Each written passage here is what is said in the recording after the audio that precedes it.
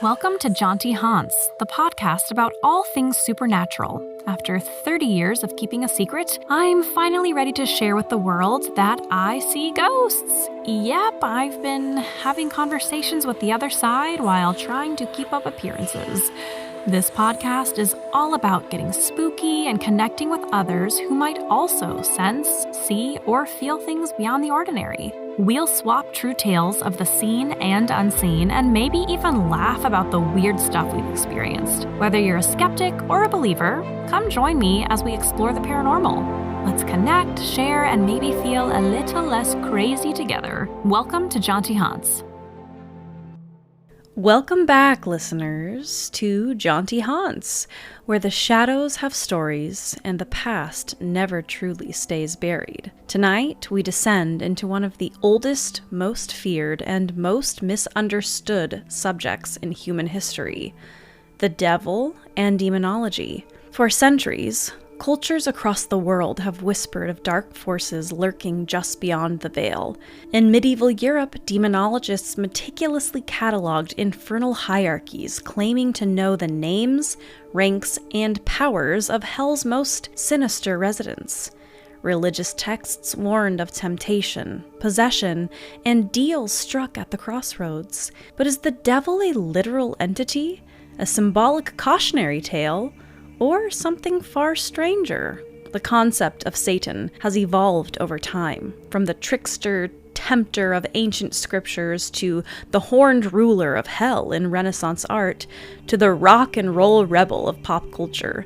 Films, music, and literature have taken the idea of the devil and twisted it into something both terrifying and at times strangely alluring. And let's not forget those infamous real-world cases, alleged possessions, exorcisms, and the panics that gripped entire societies.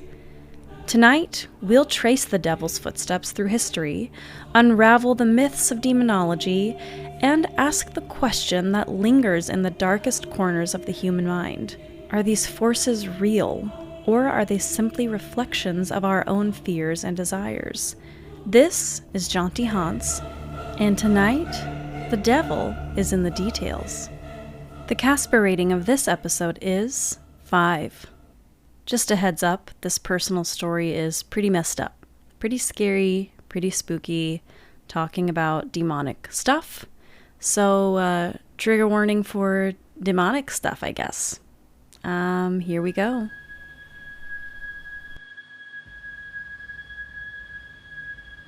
Okay, so I would like to share with you all my personal demon story. I don't know why this always makes me feel like the most crazy. I think ghosts and spirits are one thing because, you know, it's a person who was here, who passed, and like I just see them as maybe they were. So even as crazy as it feels to be like, oh yeah, ghosts, like I see ghosts, they're real.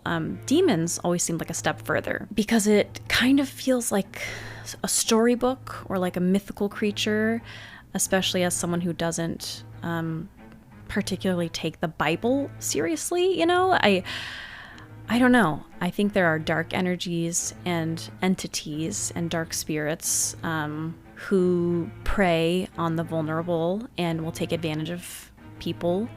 And I also want to say that the rest of this episode is not going to be this vibe at all.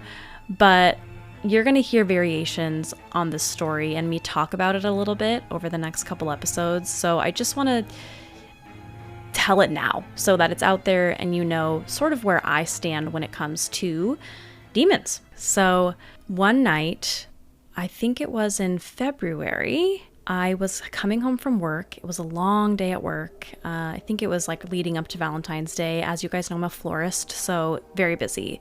Long hours, processing flowers, like cuts on my hand from the roses. Anyway, it was a long day. And I was heading home on the subway. And I got on the train and I noticed there was a lot of room on one side of the train, which is usually a red flag, especially like in rush hour hours. Like, why is that side empty? Did somebody shit there? Is someone having some mental health issues? Is there a drink that's spilled all over? Usually it's not a good thing, but I just didn't want to like be around anyone. So I was like, you know what? I'm just going to like be aware, but I'm going to go stand on the more empty side of the train. So I get on, and right away I see across, sitting there is a man who is having some challenges. He's talking very loud. He was talking to himself out loud, very loud, and I held the bar and I had him out of the corner of my eye, but I just was like looking down at the ground. I had one headphone in, just trying to relax because I was on the express train. I just needed to get one stop. And I felt sort of this pull of energy on my left side, and I look, and everyone else on the train is staring at him, like full face looking over. And that doesn't really happen in New York. Like, everyone really puts in an effort to mind their own business, So to have everybody else sitting there looking over and focused on him directly was like, uh-oh, like what's going on? Is he dangerous? Does he have a weapon? So I just kind of like peek over, I don't like move my body. I just look over with my eyes, and, he looks like a lot of the other folks, unfortunately, that you see on the daily in New York that are struggling with poverty or mental illness or drugs. And all of a sudden, I look back down, and then I hear another person's voice. And it's like, Mommy, when are we going to go outside? Like it was like a little girl's voice. And I like turn around and look behind me, and no one's there. And I realize the little girl's voice is coming out of the man. And it's like he proceeds to be the voices of like a full family. It's like a dad's voice, and then a mom's voice, and then a little girl's voice. And I know this is like definitely like a, could be a multiple personality disorder thing, right? Of like some people do have multiple personalities, right? But I've never witnessed anything like that, and clearly the people on the train hadn't either, because it was jarring how much like a little girl it sounded like. I'm a little girl, blah, blah, blah, blah, blah. No, honey, you can't go over there. And then like, sweetie, you're too hard on her. Like this whole weird family scenario this man was playing out with such distinct voices that sounded like different people. So all the red flags were up, obviously, like, okay, something very intense is going on. He's probably been doing this for a while, because everyone on the train is very aware and very scared and like giving him a lot of space. So I start to walk down a little bit towards the other end of the train, just like, I'm just gonna mosey on down this way a little bit. And that's when my like woo-woo sort of third eye signal like shoots up, almost like an energetic feeling of like someone raising their hand, like, hey, oh, And so it's weird to explain. I didn't like physically turn around and look behind me, but I just sort of opened my awareness, and I could feel a very tall, dark presence behind me. And I then did sort of angle just to turn and peek to see like, okay, what is this? Like, is it him, right? Is the man standing up and walking towards me? Is something going to happen? And no, the man was sitting, but that's when I saw what was something I had never seen before, which was like maybe like a 7-foot tall creature. It had sort of like a human top half with almost like goat-like bottom halves. Think like Mr. Tumnus a little bit, right? But its arms hung down very low with very long fingers and fingernails that like almost touched the ground. And the head was like the skull of a horned creature with like tall curling black horns. And there were like carvings and, like almost like tattoos, but it's like someone was like carving and scraping into its skin all of these sort of like symbols and sigils like up and down its arms, sort of going onto its shoulders, and even a little bit on like its lower abdomen. And it just like essentially appeared. I know, and guys, I know how crazy this sounds, but like that's what this podcast is for. And I don't know, like I'm just sharing what I saw, sharing what I experienced. And this is like a couple months ago. This is like, I'm on medication. I was having a totally normal circumstantial day, heading home from work, and this happened. So anyway, it starts walking towards me very slowly. As it was walking towards me, the man who was doing all the voices stopped doing like the family of a bunch of people talking to each other. And when it started walking towards me, he was going, ha, ha, ha, ha, ha, ha. Like this very weird, like sing-songy laugh thing. Like he saw it coming towards me and was going, ha, ha, ha, ha. And almost immediately, I'm like, okay, I know how to interact with things that I don't want to provoke or give into. I'm like, let me just be as neutral as I can. And I just was like, nope, not interested. No, thank you. Nope, but it was interested, and it was just sort of coming towards me. So I like very energetically like looked straight towards it, and I was like, I'm not the one. Like in my mind's eye, not out loud, right? In my mind's eye, I'm communicating, I'm not the one. Like, no, you clearly have something and someone you're already with. I want nothing to do with you. I hope you have a great day. I'm not interested. Like, nope, have a great life. No. And right when I was like, no, I'm not interested. Absolutely not. Like, I'm not the one. He went like, oh. So then mommy said, like, went right back to it. So, yeah. And I get off the train and I'm like walking pretty briskly, but I stop on the staircase a couple times and look behind me and I don't see anything. So I'm like, okay, wow, that was fucking intense. And I don't know what that was. Like, I try not to use the D word, like, oh, it was a demon, but like that was not a human. That was not something else that I had seen, and because of the man's behavior on the train, it felt like a little stereotypical, possessive, demonic, creepy creep. Anyway, time passes. That evening, I meet my boyfriend, who you all know, Jordan, at Five Guys. We're having some burgers, and I tell him what I saw, and he was like, oh my God, that's like really intense. Are you okay? I was like, I'm okay, but I don't think I want to go straight home. Like, we hadn't been home yet. I said, I think I want to like do something. I don't know what, like how to clear this energy, but that was intense, So we start walking out of Five Guys down the street, and there's a huge historical Catholic church near where we live. And again, I'm not Catholic. I've never been Catholic, but it's like, it's there and it's very present, and it's, I don't know, it feels spiritually powerful. Not in a good way necessarily, but there's a lot of energy around it, And so I was like, let me just see if I can grab like some holy water or something, like let me just see. And we start walking towards the church, which is directly across the street from Grand Central Station. And like, boom, I get pulled over.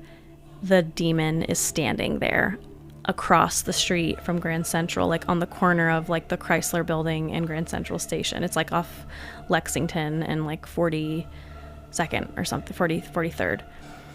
And he's like standing there looking at me, and I'm like, oh my God, like he's there. Wow.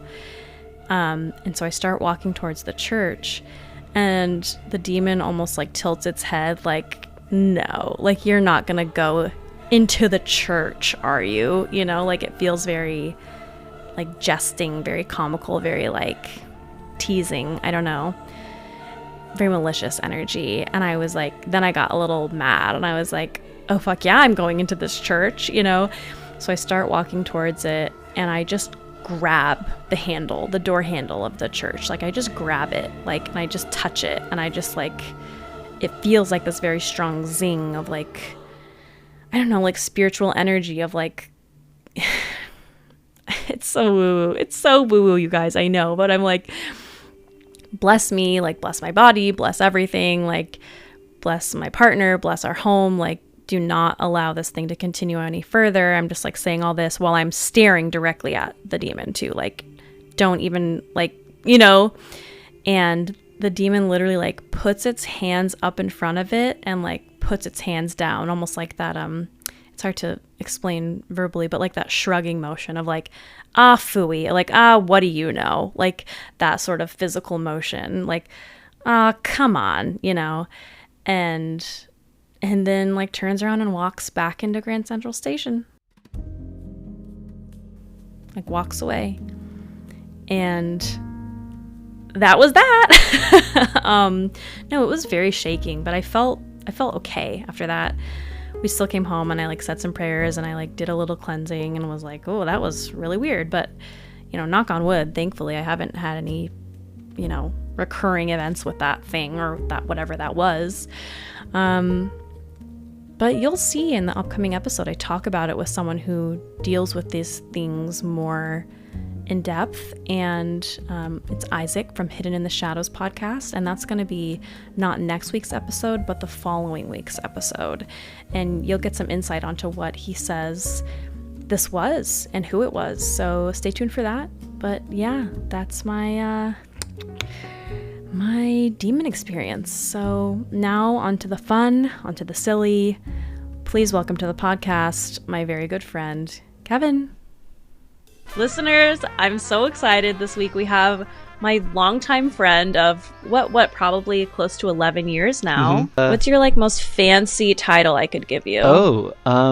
His Highness. Yeah, I guess you could say actor, producer, writer, Eagle Scout, volleyball player. Yeah, champion, undefeated champion. Undefeated champion of San Francisco basketball. Volleyball. And famous homosexual. Famous homosexual. Find him in San Francisco and he'll teach you a thing or two. Wink, wink. Wink. Mm-hmm. No, thank you so much for being here. I really wanted to have you on this episode specifically. I know we talked about a few different, I sent you a few different themes and topics, but the idea of the devil and demons is so sort of like silly to me. And like when I think of silly and people in my life, I think of Kevin first off. I'm honored. Thank you. Kevin is, as he mentioned, like Kevin is an extraordinary writer. The other show, if you follow the Instagram or if you listen to the show, I know we were running the ad for a while. The Occult Adventures of Norman P. Blank. Kevin wrote it, and it's this amazing, queer, fictional, fantastical world set in San Francisco in the 1930s. Okay. Yeah, and Courtney plays before the Depression. Well, actually, during the height of the Depression, but that's hand waved away. Oh, really? Yeah. My character's wealthy, so I guess I don't realize that. Yeah, I mean, there's magic. There's a lot of stuff that's happening in the 30s, like the rise of fascism, that just isn't included in the show because it's not really about that. Yeah. And it's a comedy, so, but who knows? Maybe we'll revive the show and it'll be be all about the and then Great we can Depression. put fascism in season 4. Yeah. So like, comment, subscribe if you want fascism. If you want fascism. I mean, we don't get enough of it these days, right? No, hardly ever. Anyway, the reason I really wanted Kevin with this, because I feel like this was what I was going to say before we started recording, is like the devil and demons, growing up as someone who was even like semi-religious, is still so taboo to me and is still so like shaking and like a little feels like a no-no, to my soul, to be like, well, I don't want to bring in that energy. But I was like, if I'm going to go into detail and sit down and potentially talk for an hour about this kind of stuff, I feel very safe doing it with you because it's going to be silly, fun, and educational. Yeah, and I describe myself as a enthusiast of the supernatural. I think it's all very cool and interesting, and I like to approach it from a more like anthropological or seeing it as like mythology, because I like seeing how then it connects to greater human needs, like why do we have these monsters or demons and things? Like, what are they saying about us? Just like how like horror films and slasher films, they're saying something about our fears in the moment, whether that's like in classic horror slasher movies, it's the sexuality of the young is what, like when they have sex or something, or where they're getting hot and heavy, that's when the killer kills them, or like movies about creepy dolls and children, it's sort of our fears of children that are being sort of on screen and talked about. Yeah, it's really interesting. Horror is it's like both pulpy and super popular, but then it's also really speaking to the stuff that we're trying to comprehend as a society and process. Like things that have spooky old women, it's because we have aging and women, like in particular, old women have always been, connected with witches and stuff. They've always been sort of a threat or perceived as something threatening because of their sort of liminal quality. This is my theory. I'm not like an expert. Where please, I love this. Yeah, where they're no longer at a reproductive age, right? So in a patriarchal society, they don't have that value anymore, and they're not young and beautiful, and we don't really value the wisdom that they have. So they're sort of consigned to this dark part of the psyche, like pushed out. And especially if you're like an old woman who lives on the edge of the village or something, people are afraid of you because you remind them of their mortality, of like the things that they can lose. Wow. Yeah. So. Wow. Beautifully said, Kevin. Yeah. See, this is, listeners, this is why I really wanted Kevin on as well. Because Kevin is so smart. Like, you are so intelligent. Oh, thank you. Yeah, I like learning about this stuff, and it's very interesting because we make these things, and so it's fun to think about why we're making them. Absolutely. Yeah. Let's get into it. Let's talk about Satan and the devil. Let's get into it. So, to me, the supernatural, let's see, let me figure out how to put this. We have science and magic. I'll just use those two big things. Science tells us a lot about how things are and the reasons by how they function. Magic tells us what that means. So by magic, I'm including things like art, culture, religious tradition, mythology. Oh. Yeah, that's how we find meaning in the world. Science teaches us like how the sun interacts with the plants to photosynthesize, to create food, that, the whole cycle of life. Magic, religion, and all this stuff, it teaches us why that's meaningful and how we connect into the world. Yes. Because as humans, we're very social, so we interact with the world as it's a social entity. So it's easier for us to conceive of like supernatural being and be in community with that than it is to do something a bit more cerebral, because we're not really wired for just facts. We're social, you know. So like with the devil and demons, they have always sort of reflected back to us those things. So like in Sumeria, some of the devils there, I think one's Pazuzu, that is also used in The Exorcist, the same like demon name. Pazuzu was like a devil or a demon that would be invoked and sort of banished. But there's also devils and demons that were blamed for things like childhood sickness or sickness in general.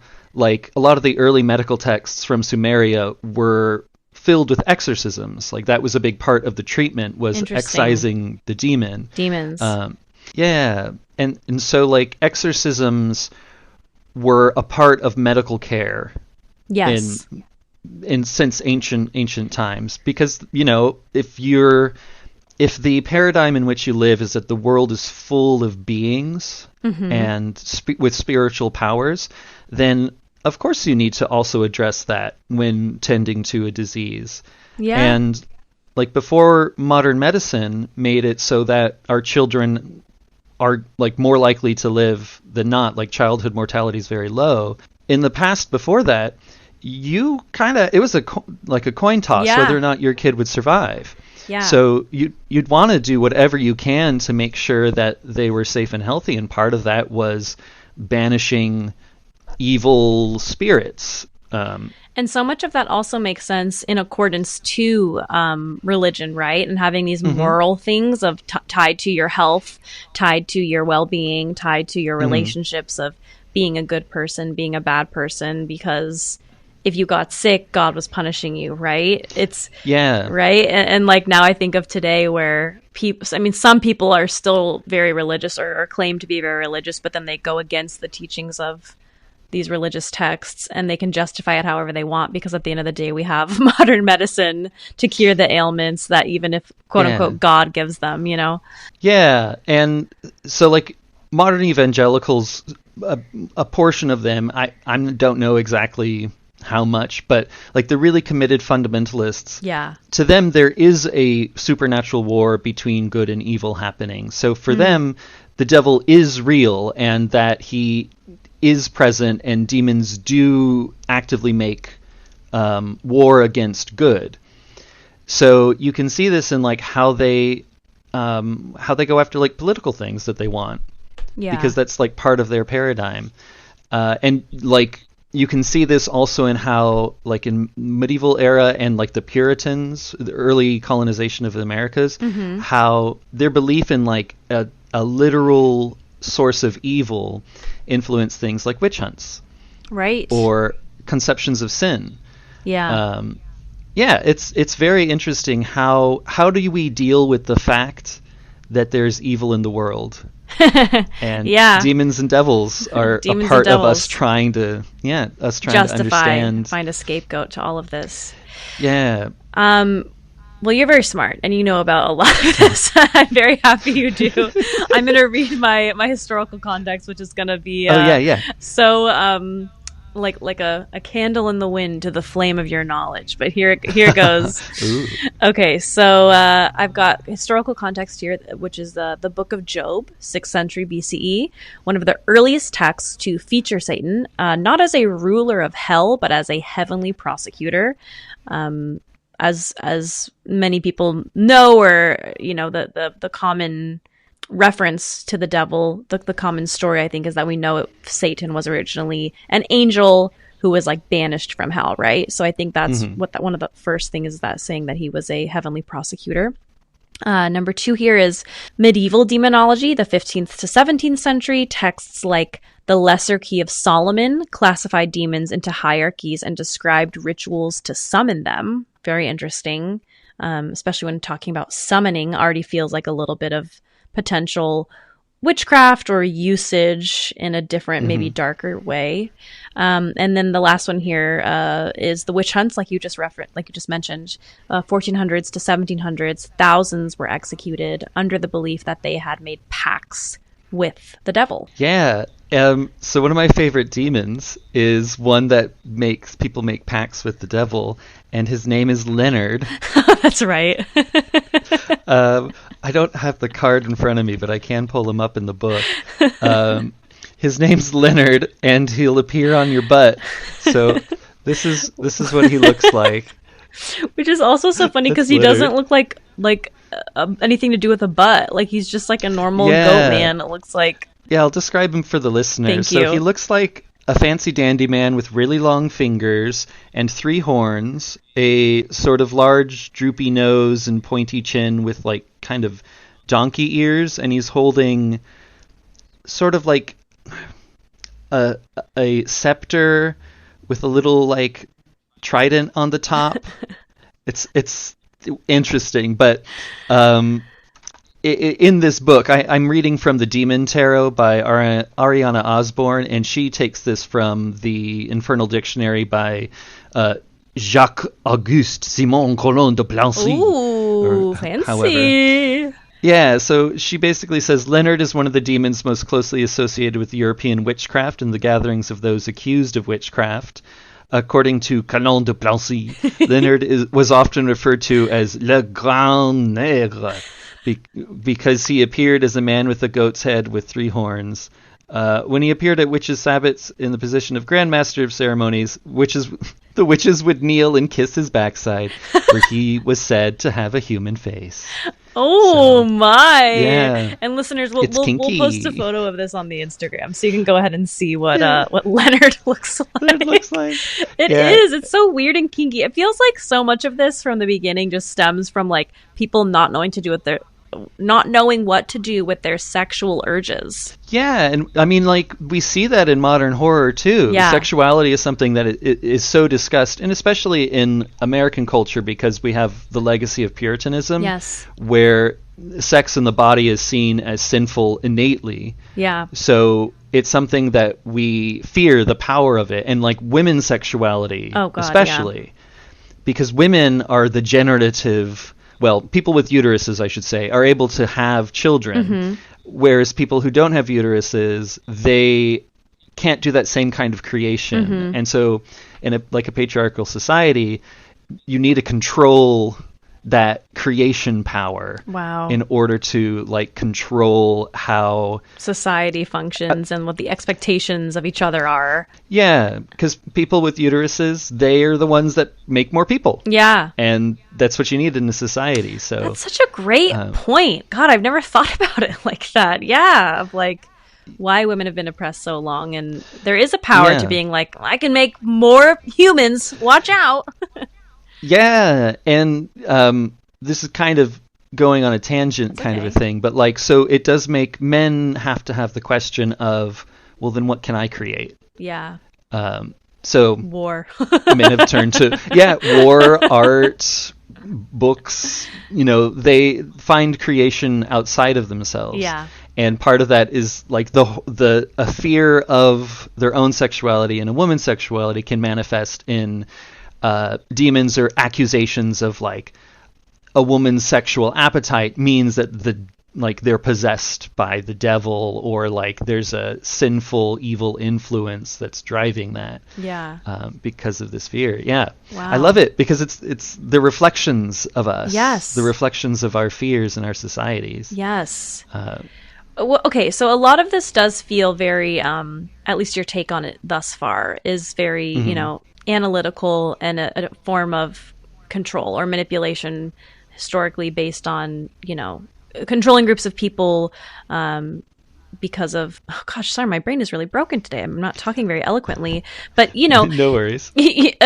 A lot of this has been a historical reflection of society, and it feels very fictional. I want to talk a little bit about the more true cases, at least what I believe are true, and I want to get your take on it. So, some reported experiences and theories. One is the possession of Anneliese Mitchell, forgive me, in the 1970s. This was a German woman who underwent multiple exorcisms, allegedly possessed by demons.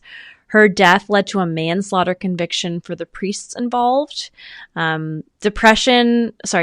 Demonic oppression versus mental illness. A lot of people argue that possession cases are untreated psychiatric disorders. What's your take on this? Do you feel like, there is a world in which demonic or spiritual possession is true and harmful, or is it all just a form of mental illness, do you think? I don't think it's necessarily a form of mental illness. I think that I can't give you the specific example, but there are things from texts from the medieval era where possession is talked about. And there's this one woman, I wish I remembered her name, but she would often confess to a priest, like, the demons are attacking me and I'm having under spiritual assault, and the priest would come and do exorcisms. Okay. It's possible that she had a form of schizophrenia, but it's hard to diagnose someone in the past because, based on the scant evidence. Yeah. So it's possible that things like this are a reflection of mental illness, but I think it's more likely that it's a social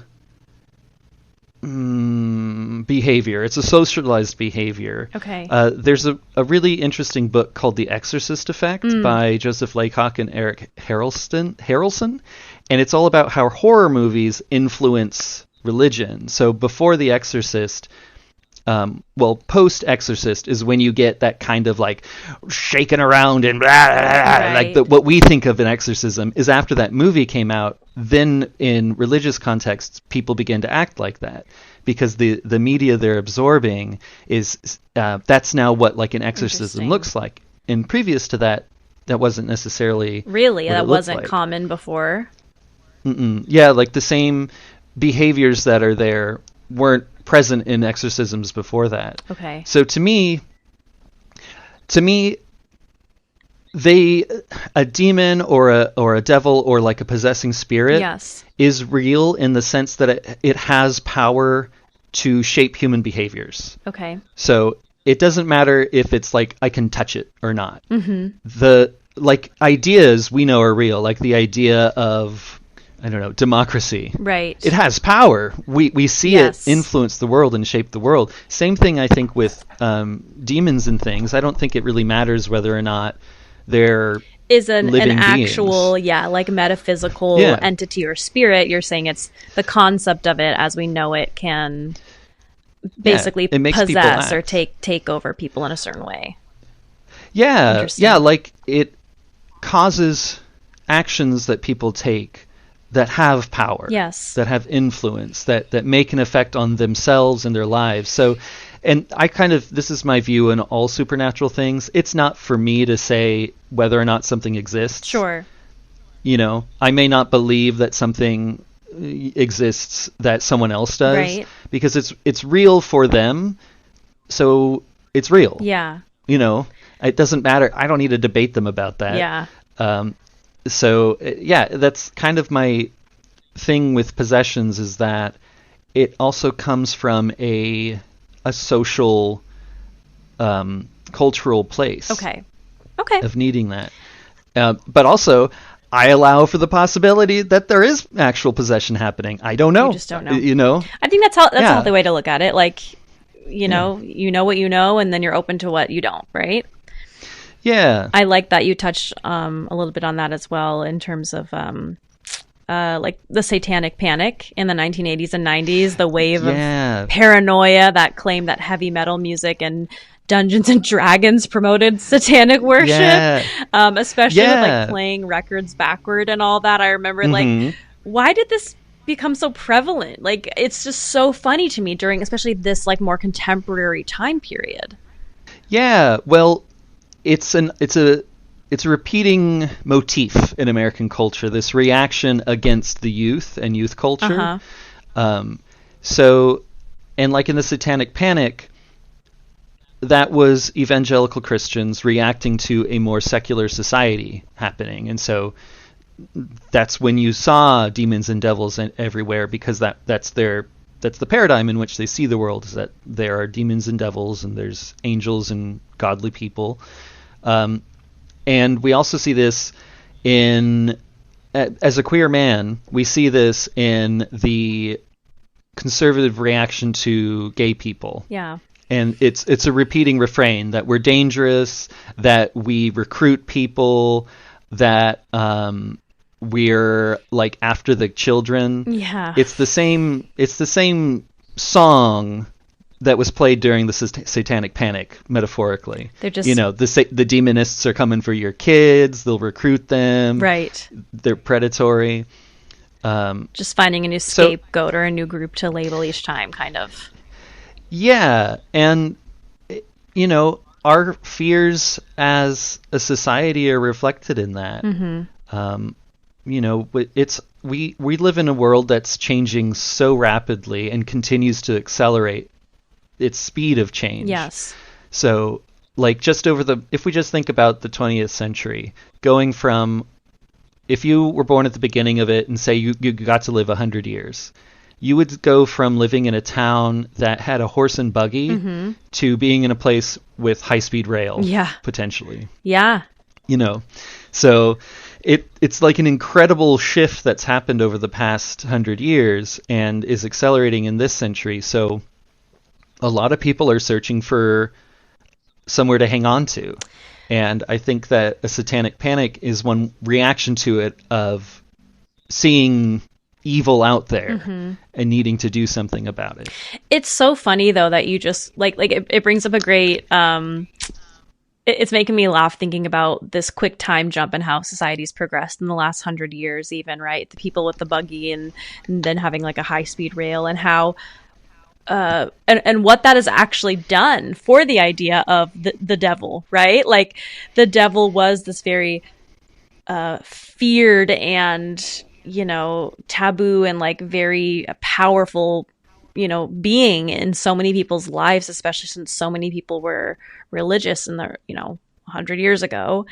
And to the point now where there's like cable network TV shows where he's just like a sexy guy, like being like, hey, I'm the devil. Like, I don't know. Am I right? Am I wrong? I don't know. You know, it's so funny how like, oh, hey there, listeners.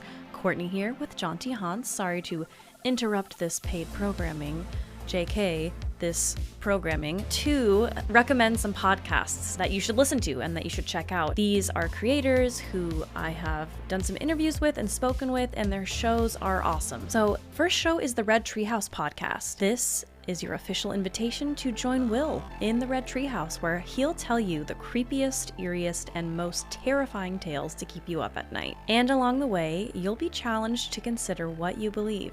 Does the paranormal and supernatural really exist, or is it a figment of an overactive imagination? I mean, we know what I think, but episodes release twice each week and can be found wherever you stream podcasts. It's a scary world out there. Let's explore it together in the Red Treehouse. So guys, check out the Red Treehouse podcast. Another one is Arcane Carolinas. Check out Arcane Carolinas for an informed but fun-spirited look at the verifiable history and science behind stories about ghosts, cryptids, UFOs, and plain old weird stuff. Their research methods have turned up enough surprising information about the origins of lore that the Arcane Carolinas books have been preserved in state archival libraries. Arcane Carolinas is available on all major podcast services. Do you question reality? Are you drawn to UFOs, time slips, premonitions, or the mysteries of consciousness? Then you need to check out the Close Encounters Club podcast. Hosted by Justin Gearhart, a skeptic with an open mind, Close Encounter Club features real people sharing their encounters with the unexplainable. He's joined by his producer Josh, chiming in from Australia with his own curious takes. They also bring on scientists and experts who are actually trying to figure out what the hell is going on. So, if you've ever stared at the sky and felt like something was staring back, this one's for you. Search Close Encounter Club wherever you get your podcasts. Tell them Jaunty sent you. Another one to check out is Opening Kill. Opening Kill is the new podcast that covers the terrifying world of horror films. From the latest movie news to an in-depth look at a featured film and a peek at the chilling horror films to come, Opening Kill has you covered. Whether it's gore, suspense, or supernatural thrills, Opening Kill is the ultimate horror deep dive. Hosted by Brian O'Connor and Michael Duran. Listen to Opening Kill on your favorite podcast platform every Thursday. And also Believing in the Bizarre podcast. Also, guys, Hidden in the Shadows podcast, another great one. And just for funsies, just to shout it out there, maybe they'll hear one day, maybe I'll meet them, I don't know. My favorite all-time fun, spooky paranormal podcasts are, of course, Spooked by Snap Judgment, A Funny Feeling podcast with Betsy and Marcy, and Ghosted by Roz Hernandez. So just some fun recommendations for you guys. I love to boost and promote other podcasts that I resonate with. If you want a shout out, please reach out. I'd love to spread the word. Anyway, back to the show. I'm sure there's always been something alluring about the devil, or this idea of temptation, of course, when it comes to like sexuality, but it's funny how the stigma has been almost like shaken out of it so much as things become more temporary, because I think of how like Germany has, is the least religious country in the world, or at least that was the statistic like a few years ago. I remember learning about that in college, and he was my professor was like, "Why do you guys think that?" And he was like, because they're the wealthiest and they're the best taken care of. So therefore they don't need religion for comfort, or for safety. Yeah. Yeah. I mean, like the Satanic Panic's also a reaction to increasing secularism, of people not going to church. Like I've seen different content creators talking about how the more people who are unaffiliated with religion, like don't identify as Christian or just identify as spiritual, Yeah. or not particularly religious, continues to increase, and the people who identify as Christian continues to decrease. So there is, I can like understand a fear that's there of the world becoming less godly. Yes. And so that must be that it's the devil. But to your point about the devil always being alluring, like we see this for like hundreds of years. Yeah. Like going back to John Milton, who contemporary to Shakespeare, just about that time, 1500s, 1600s, if I remember right. He wrote Paradise Lost, which is where we Right. really get like a psychological view into Satan and why he rebelled against God. And so from there, we get a lot of our modern ideas of Satan. And because like none of that's in the Bible, all that's like fan fiction. Same thing with Like Faustus. Dante's Inferno. Oh, okay.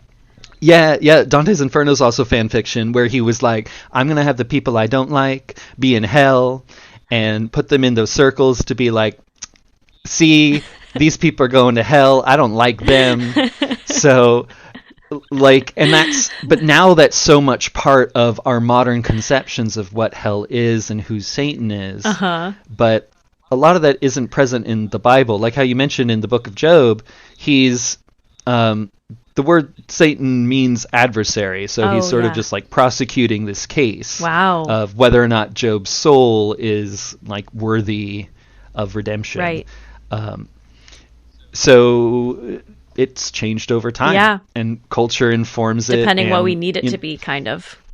Yeah, and like something I found out recently is that the picture of the devil with horns is pretty recent. Really? And yeah, and it's like a Victorian reaction to the Romantics being really into the god Pan, who is a Greek god who has horns and like goat-like features, because they were really about like getting back to nature and being like, oh, the pastoral life is so nice, because these are a bunch of like upper class British people who their idea of like the rustic life is going for a walk in like a field. Yeah. So the Pan was like this reconnecting to nature and your primitive self, and so the devil began to be depicted with horns more after that as like a reaction to funny. Pan. And the fact that it was still kind of like, ooh, not even like just out of fear. I keep trying to think of what the actual like scariest version of the devil could be, or like a demon. Oh, yeah. Honestly, I think the one that's in Dante's Inferno is the spookiest, because he's like at the center of the world. He's trapped in a big like ice thingy. He's like in the middle of this ice. He has 3 heads with 3 mouths. Oh. And they're chewing eternally the greatest traitors that Dante, chose. One was Brutus. I think another was Cassius, and then one was some other dude that he didn't like. He put all the people he didn't like in hell, because he was banished from his hometown, and so he's like, "Well, fuck you guys. I'm gonna." Oh, I don't know if I can swear. Oh no. You don't know if you can swear on my podcast, Kevin? Well, good. I didn't know how godly this podcast was going to be. Oh yeah, no, don't worry. We have a good balance of God and Satan on this podcast. Wonderful. We love balance. But yeah, I think that he's the scariest. And then like Dante and Virgil, because they're going through a tour of hell, they have to like go past him, and like, the world kind of flips. So then they see his butt on the other side as they like ascend back to heaven. So I think he's scary. That's cool. But I also really love the movies that the demon or the devil thing isn't tangible. Yeah. You never really know what it is, or if it's truly gone. Sure. Or like was it real? Right. It's like the voice you hear or something. Like, is it your own thoughts? Yeah. Yeah. I know, that's so scary. And I felt like what feels like evil entities or like oppressive sort of energies when I've been certain places, or it's just like, oh, there's something here. Interesting. There's something here. That was my upcoming question I was going to ask. I wasn't sure based on your beliefs, but the question is, have you ever experienced something that felt demonic? I don't know. Well, so one thing did feel really demonic, and it's when the only time that I've had sleep paralysis. Oh. It was really weird because what happens is that your brain is awake, yes. but the connection between your brain and your body hasn't like reconnected because that gets turned off when you go to sleep. Yes. So it feels like there's this presence on you. For me, it was like there's a witch. And you saw so like the old hag. Yeah, it was like the shadowy figure, which my brain gendered as like a witch, like with a hat. For whatever reason, that's like the being with like a pointy hat. Yeah. And that's probably drawing upon my cultural well of images, the imagination subconscious of what that I don't know, be. because now you're touching on something else that is very paranormal, Kevin. Oh. This is a classic trope. Is this a common... Yes, throughout like all of history. Interesting. I mean, not specifically with the hat, but like an old wiry-haired, shadowy woman. Yeah, And her hair was... the archetype is the hag. And I have also experienced sleep paralysis, but I wanted you to explain it for any listeners who are just new to it, 'cause you're great at explaining things. But yeah, it's like that, the man with the hat, the lizard is a big one as well. Oh, it'll be... I haven't met the lizard. Yeah, on the ceiling, on the wall, on your chest. Oh, shit. And very commonly as well, just like, a tall shadow figure. So that's very interesting, yeah. Yeah, it felt like that there was like a shadowy entity on my chest, and the way that I was able to like break out was me trying to say go away, and I finally was like able to say go away. Wow. And like that's when my brain, my nerves reconnected, and my body and my brain were in sync again. But it was very interesting. Like that's my go-to of like, my instinct was to tell this being, this phantom created by my neurons in that moment, to go away. Yeah. And that's like what helped. And that's why I love it, because like as humans, our ability to perceive the world is so limited, and what we see and what we experience are different things, because our brain constructs our idea of reality. Right. Because it's insane. Like how your brain understands reality is something that is like a whole other podcast. But it's nuts how because we're just sacks of meat and chemicals and goo. Yeah. So it creates these like errors in processing that we fill in because our brains need to fill in something. But yeah, like, and then on other times where it's felt like there's some sort of darker or malicious entity was recently I was walking down my hallway. I have a really long hallway. It was at night, and it was dark. There was just like the nightlight in the kitchen, and let me see if I can like make this all spooky. Talk a little softly. I was getting water, and I could just sense something out of the corner of my eye move. And at first I was like, is this my cat? I have a black cat, so it makes it like kind of annoying to walk around at night in dark, because he might be underfoot. But he was in my room. I knew that. And it looked like some creature moved from like the bathroom to behind a bookshelf. And I was just like, we're not doing this. Yeah. I don't need to process whether or not this is real. So I just sort of, what I do in those moments is just imagine that I'm surrounded by moonlight that protects me. I love that. And I told him like, not today. And it felt like it was one of those like household demons that's like stopped by, like a little goblin. Yes, yeah. So I left out a cup of water and said, you can stay tonight, but tomorrow you have to leave. I love that. Make an offering, make a negotiation. Yeah. Smart. I love it.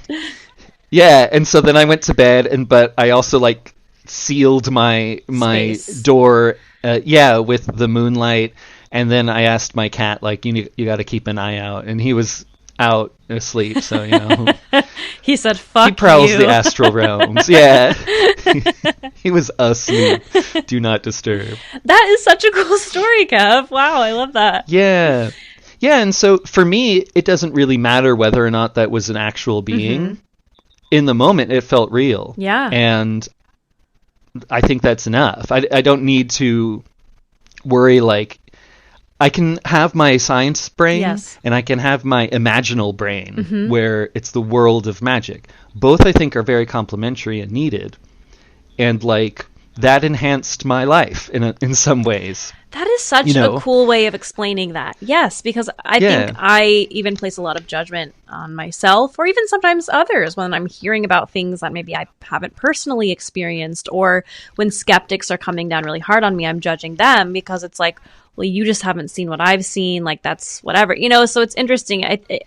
And the bottom line is, I think there is absolutely a world where both can exist and enhance your life depending on your personal experience and the proof and evidence that you come across along the way, right?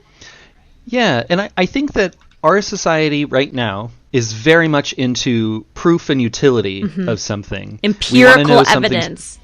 Yeah, we want to know those things, but empirical evidence is very good for science. It's what's made, like, the technology we're using, the medicines we use. Right.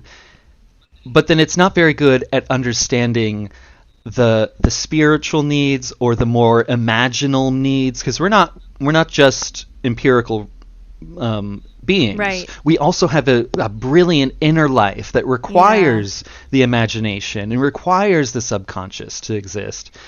So you kind of need to be able to move in both. Yes. And I think that there's a hard division between the mystic and the scientific in our society that doesn't really need to be there. Yeah. I think they can interplay a lot more. 100%. And, like, yeah, for me, it's like, it's good for the sleep paralysis event.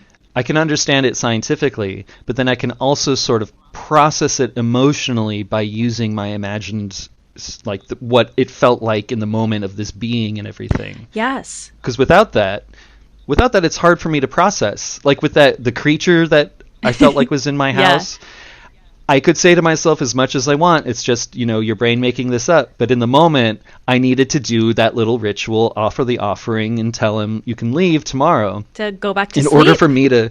Yes, yeah. 100%. And so it doesn't... I think that, like, my message is, it doesn't matter whether or not it's real. Yeah. In the moment, it is real to you. And, you don't need to prove it for it to be important to you, I love that. Yeah. Yeah. 100%. As long as you're not, like, hurting anyone, like, like, if it's real to you, and obviously if it's frequent and it's hurting you, you might want to seek mental care and extra support and help if you're feeling threatened or in danger by something that might be real to you but not to others. Otherwise, if it's an occasional visitation or spirit or strange unexplainable experience, how do you comfort yourself and move through it and think about it intellectually or emotionally to move on? Even like with sleep paralysis, right? Knowing the science of why our bodies do this, and then also understanding, wow, why did I have sleep paralysis? Oh, I've been really stressed lately. I haven't been sleeping well. I've been eating not so great. Let me look at my inner world and my emotions. There's probably something you needed to tend to, right? Yeah. And we're not just our conscious minds either. There's a lot we can do to talk to our conscious minds, but our subconscious needs the imagination. Yeah. It operates in a magic, surreal world of dreaming where there are demons and devils and ghosts and spirits and all kinds of things, because those things are how our subconscious processes stuff. This is my theory. And how is that not as real as the processing that's going on in my conscious mind? Yeah. So, and do I need to touch a ghost for it to be relevant to me, to affect me emotionally and as a person? No. Yeah. I've never encountered a ghost. Yeah. But I don't need to prejudge whether or not they exist. It's so... Because Oh, no, go ahead. like with you, I know you've encountered ghosts. Yeah. So like for me, I've not experienced them. To me, they may not be real, but they are real for you, and they've had an impact on you in your life. Yeah. So how are they not real, in a sense? You know? I appreciate you saying that. Yeah, it's very funny. Like the people that I meet and I tell them about what my podcast is, they say, "Oh, do your friends and family like know and listen?" And I'm like, I don't know if they listen to the show, but they know now, I'm very open about the things I see and what I believe. And they're like, well, what do they think? Do they all believe? And I'm like, no, but like, it's fun to talk about with, we don't have to all believe in the same things, but we can still like be friends. I don't know, Yeah. Yeah. Like the truth isn't just physical reality. Yeah. Because there is a spiritual dimension to things that, and I guess by spiritual, I suppose I mean more like imaginal. Uh-huh. There's two aspects in the world going on for me. The way that I process the world is both through imagination and through like consciousness. Literal? Okay. Logic and surreal. Mm-hmm. Both mix for me, and because I am someone like I'm bipolar, so there's a lot of like mood stuff happening often. I have to use both in order to manage that. Okay. They're both tools, and also it's fun. It's fun to do like witchcraft and spells, or to do that inner work, to explore those things. It's another way of experiencing. Yeah, and kind of like tending to your emotional garden. It's like making these, like you said, like rituals, doing little things daily to kind of help you, and speaking on the mental health side, that's been a difficult thing, being diagnosed with OCD this year. And I know, if you don't mind me saying, I know you also have OCD. Mm-hmm. And just bipolar. Just bipolar. I'm sorry, forgive me. Yeah. But like you experience intrusive thoughts.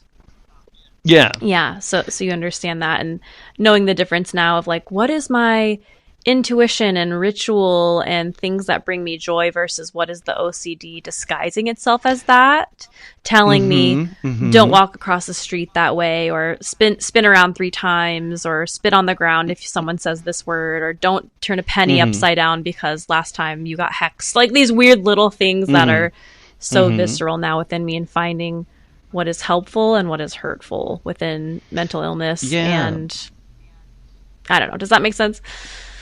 It does, yeah. It helps me to externalize my emotions and like the bipolar mood swings and things, because then I can deal with it. It's now an entity I can be in communication with instead of just something that's within me. It's hard as a human to like interact with just yourself undifferentiated. So like my it's better to externalize for me and create an entity that is an aspect of myself, like my fears or something. Then I can talk to it. Yeah, okay. I can have that sort of dialogue with it. And that becomes sort of like a spirit that is with me. Oh, yeah. That I can be in conversation with. So, and whether or not that is like an actual spirit that I've invoked doesn't really matter to me, because it's real for me. Yeah. And do I need to prove it? No. No, I don't think so. And that's the fun thing. Yeah. It's the fun thing with being alive, is you get to make choices and have fun within our own minds and imagination. Yeah. Mm-hmm. I love it. Okay. Alrighty. Can we talk about my favorite demons? Okay, yes. And then we're going to talk about positive aspects of Satanism. So you go first. Oh, yeah. Okay, so I have... we talked about Leonard. We talked about Leonard. I think my second favorite demon is going to be Ukabak. Okay. So Ukabak, let me grab a picture of him. He's not actually like a demon prince. What he does is here we go. He works... Okay, I'm just going to read the description. That's fine, go ahead. Ukabak works in the equivalent of the infernal maintenance industry, and his job is to upkeep the oil in the boilers that heat the entirety of the underworld. And I'll just show him. He's like this little guy with a big spoon full of oil. And so he's also like a patron rule of creator. He's credited as creating fried food and fireworks. Oh, so you can thank Ukabak for that. I love that. Yeah, I love him because he's just like the hard worker of hell, keeping stuff going. Then my other favorite is Titivilus, I think. Okay. Or Titivilus. I have that one here too. Yeah. The patron demon of calligraphers, which was made in jest by scribes in the medieval era to blame misspellings or any mistakes, like transposing words or something. They'd blame Titivilus. Yeah, it's like, oh, it was him. Yeah. Oh man. Yeah, and so in my calligraphy book, it talks about that the earliest recorded mention is in 1285, and in it, it's explained that Titivilus was required each day to find enough errors to fill his sack 1,000 times, and the errors were brought to the devil, and each sin was recorded in a book against the name of the monk, there to be read out on the day of judgment. So, even when you make a spelling error, blame Titivilus. Beautiful. Titivilus. It's almost like how therapists are telling couples these days to create a character to blame things on. Have you heard about this?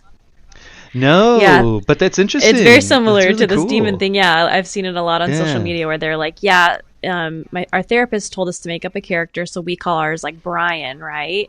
And so it's like if you ask your partner to take out the trash and then they forget, then it can be like, hey, I think Brian forgot to take out the trash. Can you remind him? And it's like, oh yeah, he's such an idiot, that Brian. I'll tell him to take it out. So it's like feels less blameful, and it's very similar to this, I feel like.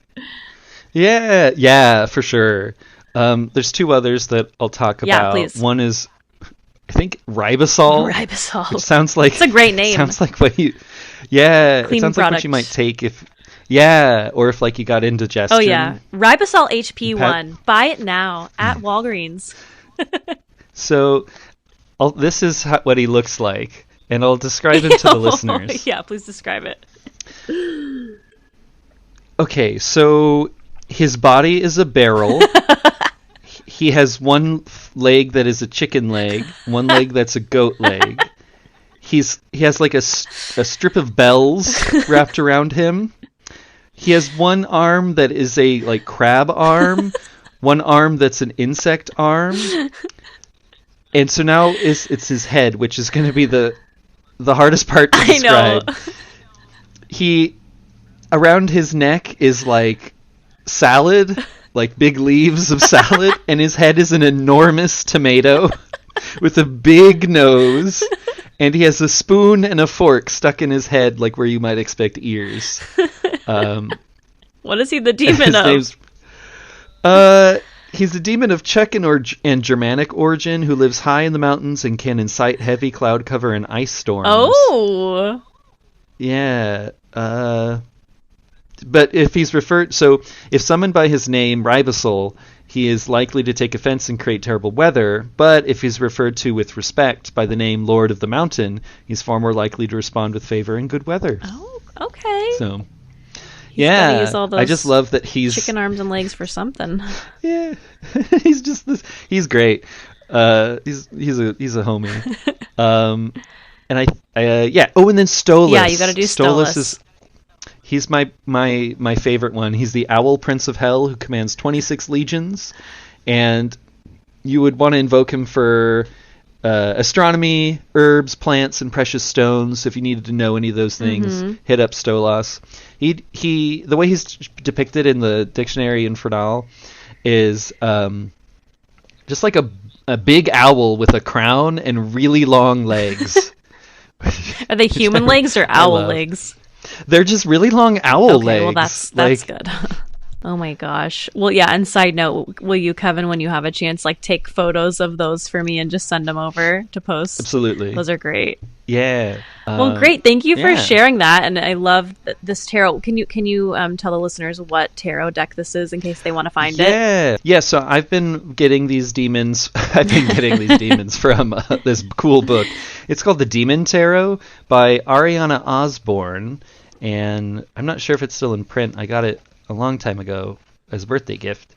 But it's more of like an oracle card deck than like a traditional tarot deck. Yeah. I remember the first time I saw those and I was like truly like horrified. Like, oh my God. Oh yeah. Kevin is a Satan worshiper. Like, what are these? I was like so scared. And now that was like 11 years ago. So it's just funny, but yeah.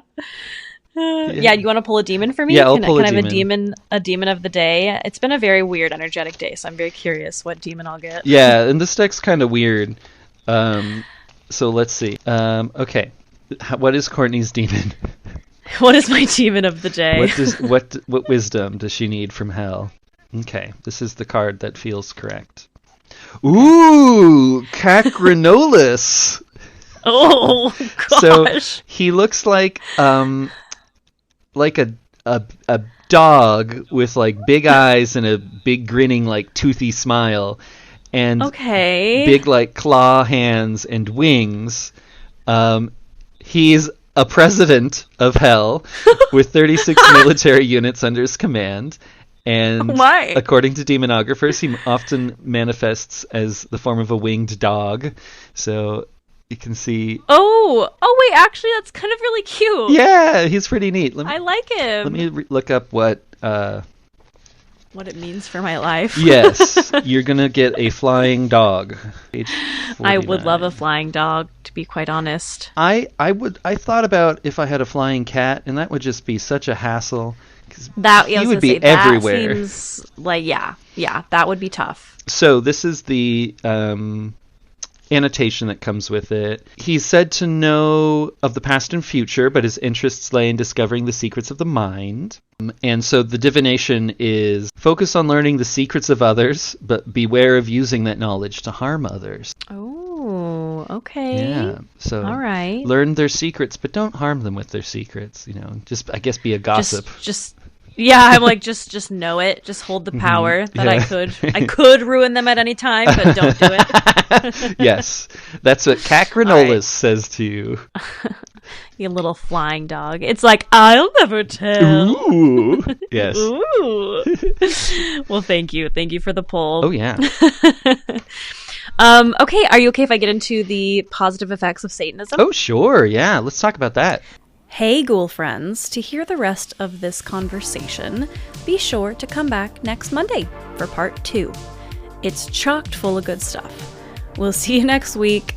Have a great rest of your week. Bye, guys!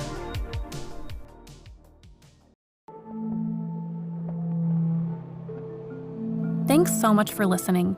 Remember, you are not alone if you've ever heard a bump in the night or caught something out of the corner of your eye.